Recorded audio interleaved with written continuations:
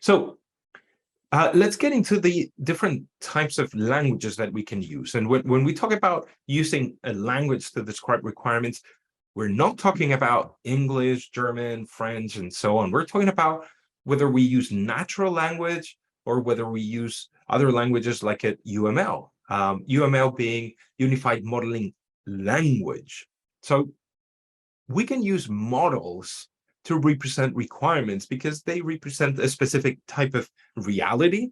If we are using an activity diagram, well, we are describing like the different steps or flows until we achieve a goal. If we use a state diagram, we're representing all the different states of a system and when and how it transitions from one state to the other one. If we use a block diagram or a class diagram, we are representing the different parts of the system in a static way. And all those are extremely useful. I think it's modeling will become the future of requirements eventually, but there's something to take into consideration. The first one is that the more available the language is and the easier it is to understand, the more imprecise it is. So natural language, everybody that speaks English will sort of understand requirements written in English. However, we have two problems. The first one is the interpretation of that. And the second one will be the fact that when writing those requirements, it's very hard to write them in a way that everybody will understand the same. However, if we use, let's say, models, the interpretation will be reduced. Does not mean that models cannot be misinterpreted. They can be, and sometimes they can be a little bit ambiguous.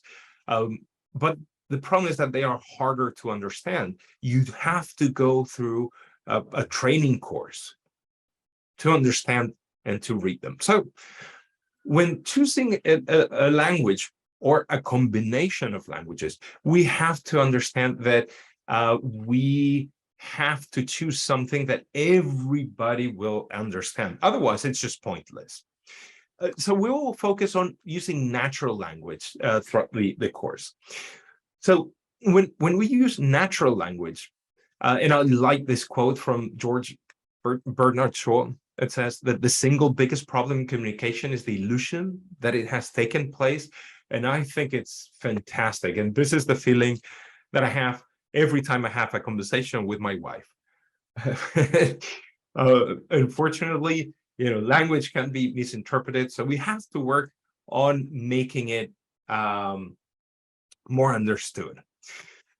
One of the ways to avoid these problems due to natural language is to be aware of different transformational processes. And transformational processes are problems that happen when we go from an idea or a thought into written language or written form.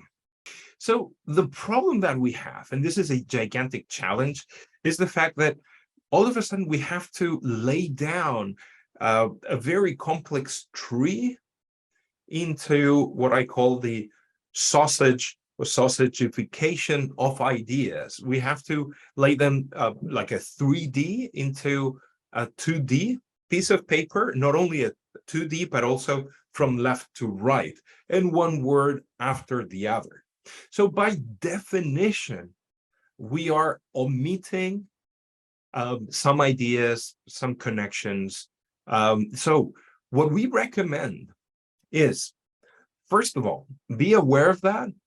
Be aware that you will have to make a big emphasis on trying to write requirements and use templates. So the templates will help you formalize all those ideas in a proper way. Just take into account that the templates have to be standardized within the organization and agreed upon So let's use user stories or let's use ears templates, whatever that is. But you have to be flexible because someone might want to use a model, and that's fine. That's great. But while we will be flexible, the flexibility cannot be the norm. So we have to try to stick to the templates that we define.